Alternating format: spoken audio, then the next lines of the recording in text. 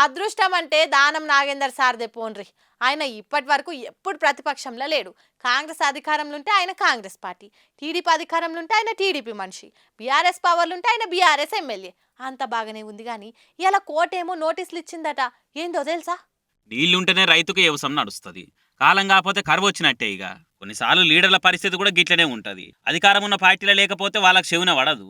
పాత పంచాలు ఎన్నున్నా కానీ పవర్ ఉన్న పార్టీ పంచనే చేరిపోతుంటారు. అలా ఫస్ట్ పేరు దానం నాగేందర్ సార్దే ఉంటుందని అంటుంటారు బయట జనాలు. బీఆర్ఎస్లో గెలిచి మళ్ళీ కాంగ్రెస్లో షరీకైండుగా సారు. ఎంపీ ఎలక్షన్ల టికెట్ కూడా ఖాయమైందని అంటున్నారు. ఈ టైంలో సార్కు కష్టం వచ్చి పడ్డదట.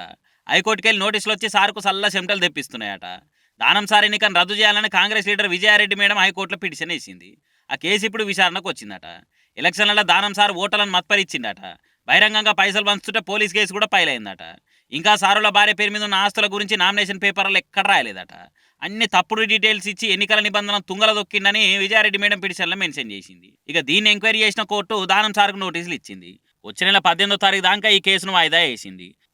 ఎలక్షన్ టైంలో పుసుక్కునేదైనా కింద మీద అయితే దానం సార్ పానం ఆగం ఆగం అవుతుంది. కానీ పాలిటిక్స్ ఒక బురదకుంట లెక్క. అందులోకి దిగితే బయటకు వచ్చుడు కష్టమేగా. ఏం చేస్తాడు పాపం. రాజకీయాలలోనే ఉండి అక్కడనే దోస్తులను ఆత్మీయులను సంపాదించుకుంటారు. అన్న, తమ్ముడు, అక్క, చెల్లె అని బందారు ఏర్పడతాయి. బతిలాడినా బ్లాక్మెయిల్ చేసిన వాళ్ళ దగ్గరనే నడుస్తుంది. ఏమో ఈసారి చెప్పే ముచ్చటింటే గట్లనే అనిపిస్తుంది ఏదో.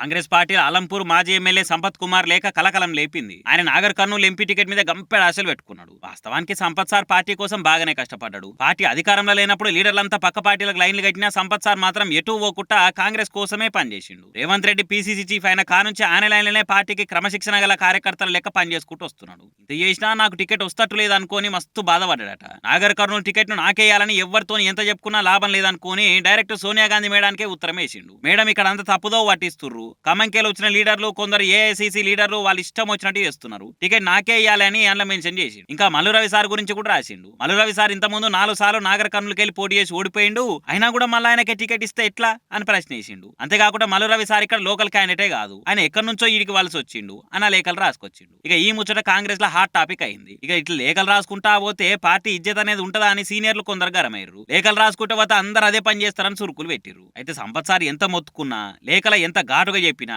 టికెట్ మాత్రం మల్లు రవి సార్కే వచ్చింది. మల్లు రవి సంపత్ సార్ ఇంటికి పోయి మద్దతు ఇవ్వాలని అడిగిండు కూడా. ఇక టికెట్ వచ్చినందుకు సంపత్ సార్ మల్లు రవి సార్కు శాల్వా కప్పి సీటు కూడా తినిపించిండు. అయితే సోనియా గాంధీకి లేఖ రాస్తావా అని విమర్శించిన నోరును మూయిస్తందుకు మళ్ళోసారి ఘాటుగా మాట్లాడి సంపత్ సారు, అవును నేను బాజాప్తా బరాబర్ లేఖలు రాస్తా. సోనియా గాంధీ నాకు తల్ల సొంటిది, ఖర్గే సారు నాయన లెక్క, రాహుల్ సార్ మా అన్న, ఇంకో అన్న రేవంత్ రెడ్డి, వీళ్ళంతా నా కుటుంబం అయినప్పుడు వీళ్ళకి లేఖలు రాస్తా తప్పేముంది అని సూటిగా క్వశ్చన్ చేసి మేమంతా ఒక్కటే అని సాటి చెప్పిండు.